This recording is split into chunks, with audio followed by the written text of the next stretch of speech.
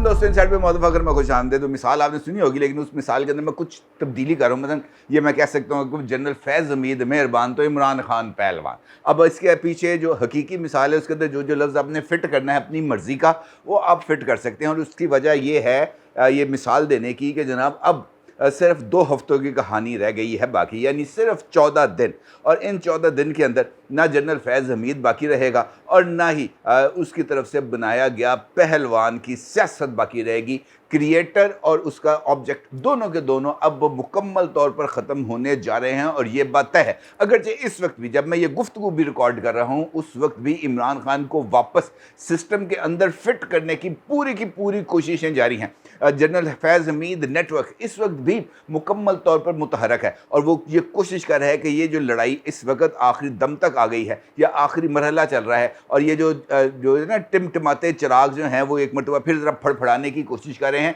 इसके दौरान अगर घर को आग लग जाए, अगर 2-4 पर्दे जल भी जाएं तो कोई मसला नहीं है। इमरान खान को हम सिस्टम के अंदर किसी न किसी तरीके से फिट कर दें, और ये जो प्रोसेस है ये अभी तक रुकने का नाम नहीं ले रहा। और अभी इसकी सादा तरीन मिसाल भी मैं आपके सामने रखूँगा, और ये भी आपको मैं बताऊँगा कि ये जो बात मैंने आपसे की है, सिर्फ 14 दिन की जो बात रह गई है उसकी क्या लॉजिक्स थी। लेकिन पहले मिसाल आज अगर आपने देखा हो तो आज इमरान खान साहब की जमात के हवाले से पाकिस्तान की मुख्तलिफ अदालतों के अंदर मुख्तलिफ मुकदमात चल रहे थे, और उसमें से चंद एक मुकदमात ऐसे हैं जिनका मैं आपके सामने जिक्र करूंगा। और ख़ासतौर पर लाहौर हाई कोर्ट के यक रुकनी बेंच, यानी एक रुकनी बेंच जस्टिस शाहिद वहीद साहब की सरबराही में जो बना हुआ था, और उसने आज जो इमरान खान साहब ने और उनकी जमात ने जो इस्तीफ़े दिए थे नेशनल असम्बली में, और उसका उन्होंने बहुत ही ज़्यादा ऐलानात किए थे, बल्कि उन्होंने तो यहाँ तक कहा था कि जनाब ये डरपोक हैं कि हमारे इस्तीफ़े मंजूर नहीं कर रहे। फिर एक वक्त ऐसा है कि स्पीकर साहब ने उनके इस्तीफ़े मंजूर कर लिए। आज लाहौर हाई कोर्ट के ये जो सिंगल बेंच है, इसने वो 72 अरकान असम्बली जिनका ताल्लुक़ पंजाब से है, उनके इस्तीफ़ों की मंजूरी से मुतल्लिक़ जो स्पीकर नेशनल असम्बली का नोटिफिकेशन है उसको काला दम करार दे दिया है। और उन्होंने जज साहब ने ये हदायत की है पाकिस्तान तहरीक इंसाफ के पंजाब इस वजह से कह रहा हूँ कि इस फैसले का इतलाक़ सिर्फ और सिर्फ 72 अरकान असम्बली पर होना है, बाकी किसी के ऊपर इस फैसले का इतलाक़ नहीं होना। इवन इस्लामाबाद से ताल्लुक़ रखने वाले अरकान असम्बली भी इस फैसले के से मुस्तफ़ीज़ नहीं हो सकेंगे। तो ये जो फैसला है इसके मुताबिक ये जो अरकान असम्बली हैं ये एक मरतबा फिर स्पीकर के रूबरू पेश होंगे और वहाँ पर जाकर बताएंगे कि जनाब उसे इस्तीफ़े देते थे या हमने झूठ बोला था। अब वहाँ पर अब बॉल आ गई है फिर स्पीकर साहब के पास। असल में कहानी उस वक्त दिलचस्प होगी जब इमरान खान साहब अपना इस्तीफ़ा वापस लेने के लिए स्पीकर के सामने पेश होंगे और वहाँ पर सर झुका के स्पीकर नेशनल असम्बली राजा परवेज़ अशरफ के सामने ये कह रहे होंगे कि जनाब मैंने तो इस्तीफ़ा नहीं दिया, मैंने तो झूठ, मेरे बारे में, मेरे इस्तीफ़े के बारे में झूठ बोला गया था,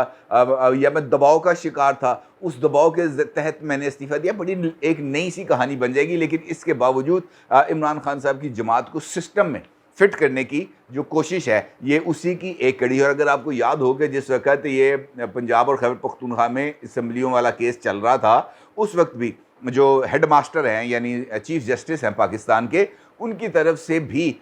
ये बात कही गई थी, बल्कि ख़ुद पाकिस्तान तहरीक इंसाफ के अरकान वो जो है लीडरान फवाद चौधरी साहब और शाह महमूद कुरैशी साहब, उनकी तरफ से ये तजवीज़ सुप्रीम कोर्ट के रूबरू पेश की गई थी कि जनाब अगर हमारा तस्फिया हो जाता है तो ये जो आइन से इनहराफ हुआ है, यानी 90 दिन के अंदर इंतखाबात नहीं हुए, तो उसके लिए इस इनहराफ को कॉन्स्टिट्यूशनल प्रोटेक्शन देने के लिए हम नेशनल असम्बली में वापस जाने के लिए भी तैयार हैं। और इसके ऊपर भी चीफ जस्टिस साहब ने रास्ता निकालने की बात की थी। तो इसका मतलब ये है कि ये जो कोशिशें चल रही हैं इमरान खान साहब को दोबारा सिस्टम में लेके आने की, वो उसमें ज़रा थोड़ी सी तेज़ी आई है। अब सवाल ये है कि जनाब इमरान खान साहब को सिस्टम में लाने की वजह क्या है। देखिए जो जुडिशियल सिस्टम है ना, ये तो हो गया बहुत बुरे तरीके से एक्सपोज। और ये इमरान खान साहब के ऊपर जितने केसेस बन चुके हैं उसमें से यकीनी तौर पर 95% केसेस तो ऐसे होंगे जिनका कोई सर पैर नहीं होगा।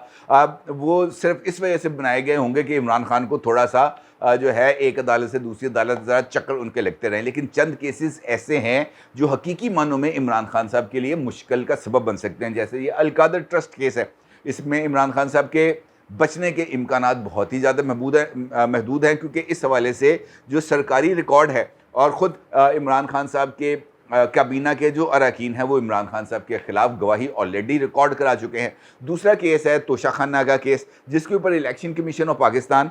इमरान खान साहब को नाअहल भी करार दे चुका है और इमरान खान को फ़ौजदारी मुकदमे में सज़ा दिलवाने के लिए केस उन्होंने सेशन जज को भेजा, जहां पर इमरान खान साहब के ऊपर फ़र्द जुर्म पहले तो आयद नहीं हो रही थी, और जब फ़र्द जुर्म आयद हुई तो फिर उसके बाद एक नई कहानी शुरू हो गई, लेकिन इमरान खान साहब को पकड़ा नहीं जा सका। तीसरा केस मेरी नज़र में जो इमरान खान साहब के लिए बहुत ही ज़्यादा ख़तरनाक है वो है फ़ॉरेन फंडिंग यानी मनी लॉन्ड्रिंग केस, और यहाँ से इमरान खान साहब का निकलना बहुत ही ज़्यादा मुश्किल है। अब अगर आप देखें तो ये जिन केसेस का मैंने आपके सामने जिक्र किया, और सबसे बढ़कर 9 मई, अब ये वाले जो केसेस हैं जिनका मैंने आपके साथ जिक्र किया, आज तक इमरान खान साहब को इन केसेस के अंदर ट्रायल नहीं किया जा सका, क्योंकि जैसे ही इमरान खान साहब को का ट्रायल का टाइम आता है उनको किसी न किसी अदालत से अबूरी ज़मानत मिल जाती है। अबूरी ज़मानत मिलती है और उसके बाद वो ज़मानत ख़त्म होती है, फिर दोबारा शुरू हो जाता है, फिर वो ज़मानत कराने पहुंच जाते हैं, नोटिस जारी होता है, नोटिस को सस्पेंड कर दिया जाता है। मतलब वो हर एक तरीका ऐसा है कि इमरान खान साहब को कम से कम कानून के सामने जो सरेंडर है वो कराया जाए, लेकिन इमरान खान साहब किसी भी तरीके से कानून के सामने सरेंडर नहीं हो रहे। और यही वजह है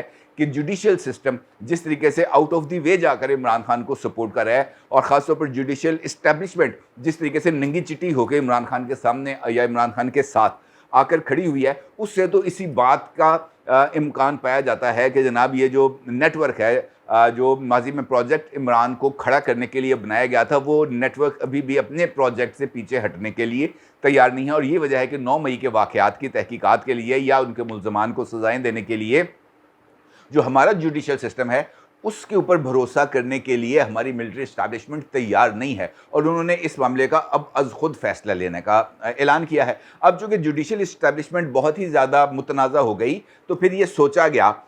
फैज़ हमीद नेटवर्क या प्रोजेक्ट इमरान खान नेटवर्क की तरफ से कि जनाब इस सिस्टम में तो अब इमरान खान के लिए मुश्किलात पैदा हो रही हैं, लिहाजा बेहतर है कि इमरान खान को वापस उसी सिस्टम में भेजा जाए जहां से इमरान खान वापस निकले थे, ये कहते हुए कि जनाब मैं इस करप्ट निज़ाम का हिस्सा नहीं बन सकता, क्योंकि वहाँ पर रहते हुए इमरान खान साहब के प्रोडक्शन ऑर्डर्स भी जारी कराए जा सकते हैं, इमरान खान को जो गिरफ्तारी है उससे बचाया जा सकता है, सेशन कॉल किया जाएगा तो फिर इमरान खान के प्रोडक्शन ऑर्डर, यानी उनको गिरफ्तारी से पहले भी स्पीकर नेशनल असम्बली की इजाज़त दरकार होगी, और इस तरह के दीगर मामलात में इमरान खान साहब को किसी न किसी तरीके से कुछ ना कुछ इम्यूनिटी मिल जाएगी इंतखाबात तक। लिहाजा कोशिश यही है कि इमरान खान को सिस्टम के अंदर लाया जाए, और शायद ये वजह है कि जैसे ही जस्टिस शाहिद वहीद का ये फैसला सामने आया तो PTI वालों ने उल्टी छलांगे लगाना शुरू कर दी, और उनका इस बात पर खुशी का इजहार किया कि अब Imran Khan leader of the opposition के तौर पर नेशनल असम्बली में जाएंगे भी और अपना रोल भी प्ले करेंगे। लेकिन सवाल है कि कैसे,